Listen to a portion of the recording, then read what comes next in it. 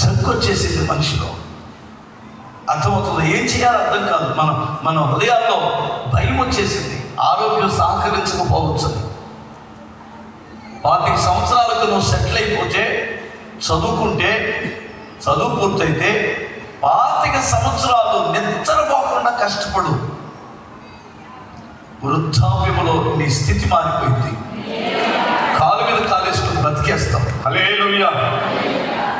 ఇప్పుడు తెలియదు నీకు. అది ఒక వయసు వచ్చిన తర్వాత కానీ, అయ్యో యవన కాలంలో నా సమయాన్ని నేను ఎందుకు వేస్ట్ చేసుకున్నాను, తాగే వాళ్ళతో తిరిగాను, పనికి మారినటువంటి వేషాలు వేసుకుని తిరిగాను, ఇప్పుడు ఏంటి నా పరిస్థితి అని ఏడుస్తావు. ఏమండి, ఆ చెట్ల మట్టి సేవల మట్టి చూస్తే చాలా మంది ఆ పొదల మట్టి, చెట్ల మట్టి, ఆ పొలాల్లో ఎక్కడ పడితే అక్కడ గుట్లుగా జనం. ఏ జనం? త్రాగే జనం.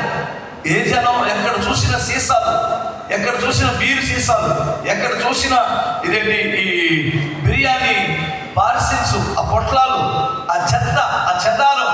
నువ్వు రాష్ట్రంలో ఏ మూలకైనా వెళ్ళు, ఈ దుర్మార్గులు చేస్తున్న అరాచకాలే కనిపిస్తాయి. ఒకప్పుడు ఇలా లేదు.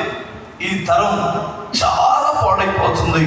వాళ్ళని చూసి నీలో ఎవ్వరు చెడిపోకూడదు. నాకు తెలిసి మనల్ని కాపాడగలిగిన ఒకే ఒక మార్గం యేసయ్య సిద్ధపరిచిన సన్మార్గం తప్ప పిల్లలను బాగు చేసే మార్గం ఏది నాకు కనిపించట్లేదు. నేను పొద్దున బ్రష్ చేస్తూ అది చూశాను. ఆ కిటికీలో నుంచి మాట్లాడతారు. 94వ కీర్తన 14వ వాక్యంలో ఒక మాట ఉంది. యెహోవా తన ప్రజలను ఎడబాయువాడు కాడు, తన స్వాస్థ్యమును విడనాడువాడు కాడు. అమ్మా,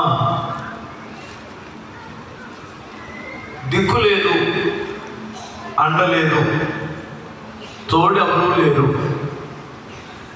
నా కుటుంబం ఒంటరిది, నన్నందరూ ఒంటరిగా చేశారు అని బాధపడే వారు కొంతమంది ఇక్కడ ఉండొచ్చు.